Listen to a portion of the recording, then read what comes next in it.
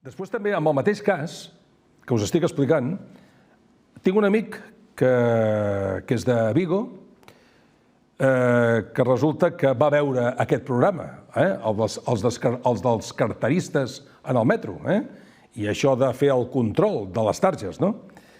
I aleshores, ell només se li va ocórrer posar-me un WhatsApp que deia: «Las leyes que hacen en este país son para favorecer a los delincuentes». Bé, aquesta és la idea i el que molta gent suposo que pensa, que ho he sentit no solament amb ell, sinó a molta gent. Perquè jo sé que, Sílvia, me'n recordo que tu em vas comentar que hi havia una cosa que estava a fer, que no es podia per la protecció de dades, em sembla que m'has dit. Sí. Tot això, però la idea que té la gent és aquesta. I suposo que no és l'única. Bé, això vagi per endavant. I res més, només volia comentar aquests dos temes, perquè sapigueu que les coses són... I si alguna vegada passa que jo faig alguna rebel·lió, però posteriorment em comenten alguna cosa que tinc que comentar-ho aquí, doncs això ho comentaré, sigui per bo, sigui per dolent, però això s'ha de comentar. Molt bé, i ara demanaria, sisplau, que em posessin la foto. Bé, avui parlarem d'un tema una mica delicat.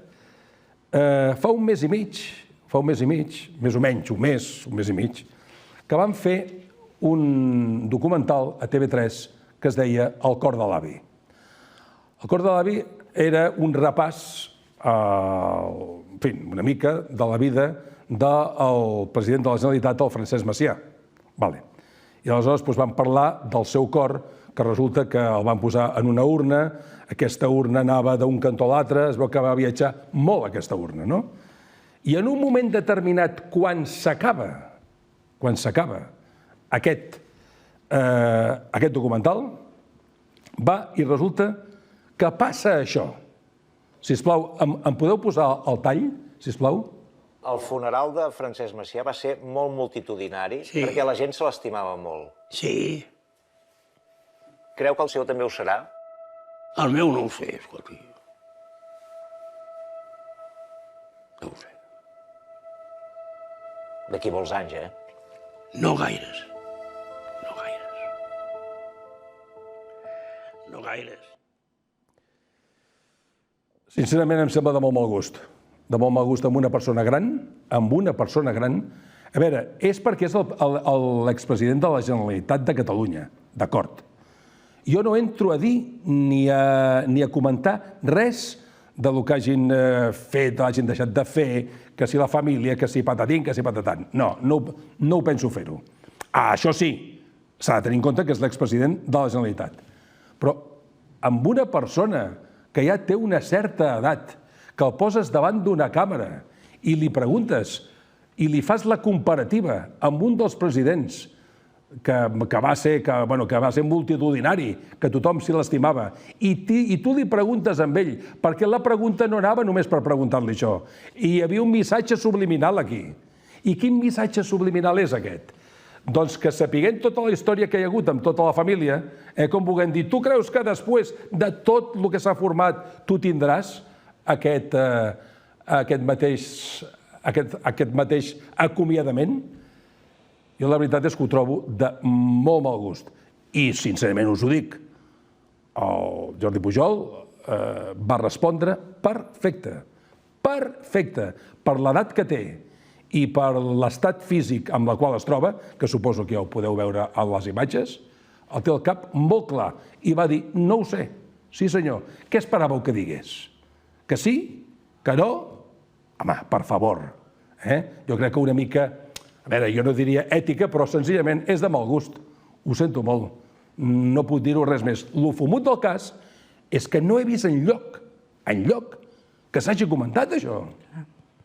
És que és total. És que no he vist enlloc això que s'hagi comentat. Estic totalment d'acord amb tu, encara jo afegiria també que és molt mal gust, és a dir, d'ètica jo no veig cap ètica, en aquest cas ni moral, ni cap. Una persona gran, una persona que sigui o no conscient, li poden fer patir, és que no tot val ara mateix. Jo veig cada cosa que dius, bueno, i era necessari fer aquesta, perquè es veu, a mi l'he vist uns segons i m'ha donat, bueno, m'ha trencat el cor, és que és la veritat. M'ha trencat el cor perquè jo estic molt, ja ho saps tu, a la vora de la gent gran, la gent vulnerable, i crec que alguns es tindrien que evitar de fer aquestes utilitzacions que, a lo millor conscients o no conscients, crec que no beneficien i més que res, bueno, és de mal gust. Ja està, deixarem aquí. És de mal gust, no em permeto ja no comentar ja res més, però vull dir, tela marinera, ja està bé, ja està bé.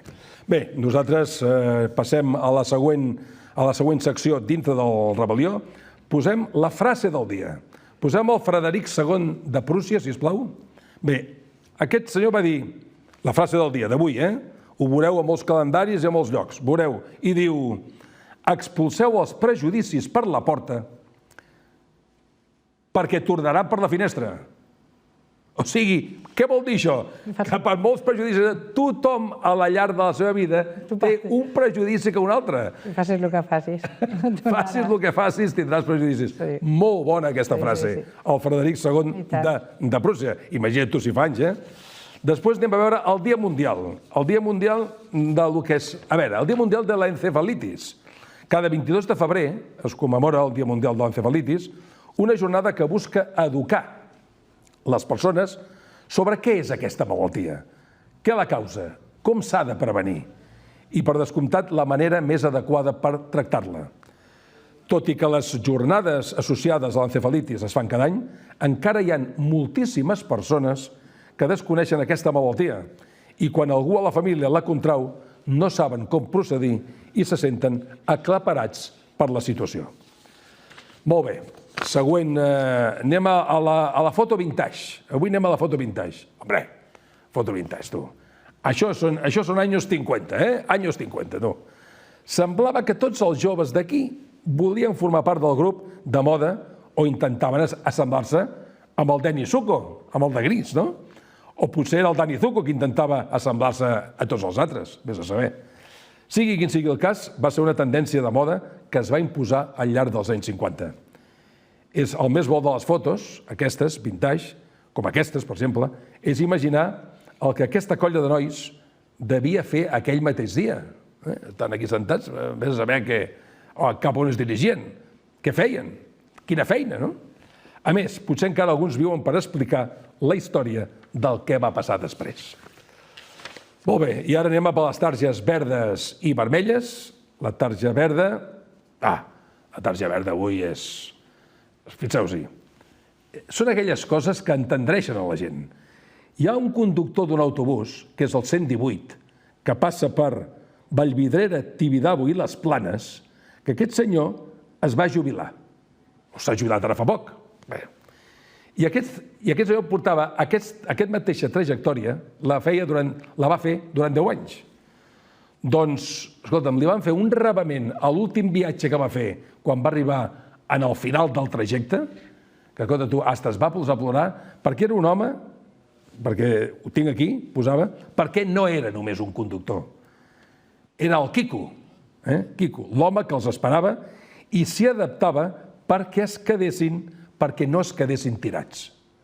És a dir, un conductor d'aquells que no solament conduïa, sinó que, a més, s'amoldava a les necessitats. I la tarja vermella, podem dir que Barcelona torna a protagonitzar un augment de delinqüència als seus carrers, amb un èmfasi especial en delictes de violència sexual, robatoris i les estafes per internet, com hem estat parlant abans amb la Sílvia. Bé, la delinqüència va pujar en termes generals en el 2023 un 8,6%. Es tracta de quasi 210.000 delictes a la ciutat de Barcelona. I de hurtos, de robatoris, 277 cada dia. Impressionant, impressionant. Això, Sílvia... Sí, i tal com puja la delinqüència, baixa la natalitat, que és el que esperem parlar la setmana que ve, d'aquesta baixada de natalitat tan important que és d'actualitat, i ho farem també com a punt. I bueno, esperem que això... Que això es pugui solucionar, que es pugui solucionar una mica. Perquè no sé què esperen. Exacte, no sé què esperen. No sé què esperen. Ganes de fer-ho, ganes de fer-ho. No, jo crec que tindrà que passar alguna cosa i és dolent.